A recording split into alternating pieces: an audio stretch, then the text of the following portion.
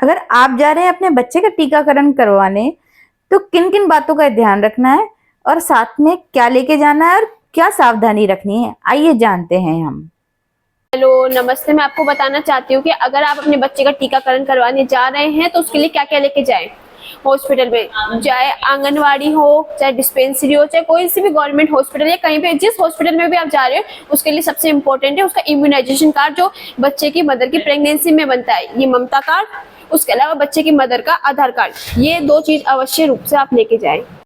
आज हम आपको वैक्सीनेशन के बारे में बताएंगे। जो बच्चों में वैक्सीनेशन होता है, जो जन्म से लेके बच्चों के 16 साल तक होता है, कब कब कैसे कैसे दिया जाता है वो बताते हैं। ये देखिए हमारा ना वैक्सीनेशन चार्ट है, जिसमें साफ लिखा है राष्ट्रीय टीकाकरण सारणी। इसमें लिखा है कि ये जन्म पे बच्चे को जब जन्म होता है उस पर OPV की डोज लगती है, जिसे हम पोलियो कहते हैं, और एक BCG, फिर हेपेटाइटिस। और हेपेटाइटिस 24 घंटे के अंदर लगना जरूरी होता है, और BCG हम बच्चों को 1 साल तक लगवा सकते हैं। फिर बच्चे के 6 सप्ताह यानी 1.5 महीने पे लगता है, तब लगाते हैं हम OPV की फर्स्ट डोज, पोलियो जिसे कहते हैं, और फिर रोटा RVV, और फिर IPV फर्स्ट, पेंटा फर्स्ट और PCV फर्स्ट। फिर हम 2.5 महीने पे यानी जिसे 10 सप्ताह पे लगाया जाता है वो OPV की सेकंड डोज, रोटा की सेकंड डोज और पेंटा की सेकंड डोज। और फिर 14 सप्ताह यानी 3.5 महीने पे IPV की सेकंड डोज, PCV की सेकंड डोज, और रोटा और पेंटा और OPV की 3rd डोज। फिर हम 9 मंथ में लगाते हैं ये लगाते हैं हम MR और PCV बूस्टर, FIV की 3rd डोज, और विटामिन A। विटामिन A बच्चों को हर टाइम पिलाना बहुत ज़रूरी होता है, अदरवाइज आजकल बच्चों की आंखें बहुत ख़राब हो जाती है। तो विटामिन A से जो की कमी से ना, डेफिशिएंसी से रतौंधी हो जाता है, तो इसलिए हमें विटामिन A जरूर पिलाना चाहिए। तो जो 9 मंथ से स्टार्ट हो जाती है बच्चे को देना, तो 9 मंथ पे बता रहे हैं ना, MR फर्स्ट, विटामिन A की फर्स्ट डोज, FIV 3rd और PCV बूस्टर। और फिर 1.5 साल यानी 16 से 24 माह के बीच में लगता है OPV booster, MR second, DPT booster का फर्स्ट डोज और विटामिन A की सेकंड डोज। अब बच्चे के 16 से 24 माह तथा बच्चे के 5 साल तक हर 6 महीने में हम इसके विटामिन A के 7 डोज कवर अप करते हैं, जिसे बच्चों को जरूर से पिलाना चाहिए। चाहे आसपास की डिस्पेंसरी में पिलाओ, आंगनवाड़ी में पिलाओ, या कोई निजी स्वास्थ्य केंद्र में पिलाओ, लेकिन आप हर 6 महीने में बच्चे को 1.5 साल से 5 साल तक के बीच में हर 6 महीने के अंदर विटामिन A की डोज पिलाओ। फिर 5 साल का टीकाकरण अवश्य करवाओ।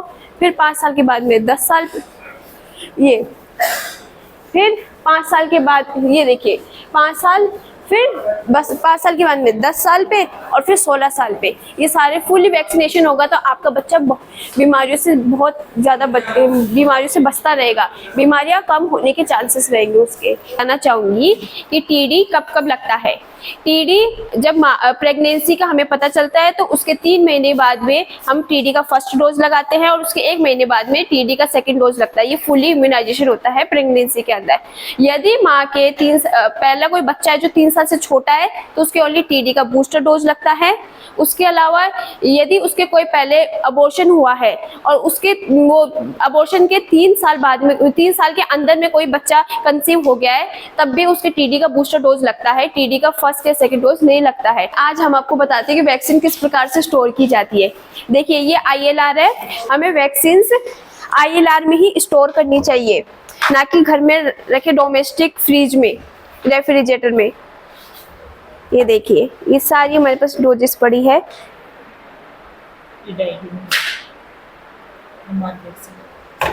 इसमें और इसके अलावा ये डीप फ्रीजर है, जिसमें हम आइस पैक्स रखते हैं। ये जब वैक्सीन बाहर निकाली जाती है, तब इन आइस पैक्स के ऊपर और इनके अंदर रखी जाती है, तभी इनको स्टोर कर सकते हैं, अदरवाइज खराब हो जाती है इनके बिना वैक्सीन। और इसका यूज हम कंडीशनिंग करने के बाद में ही कर सकते हैं। Thank you.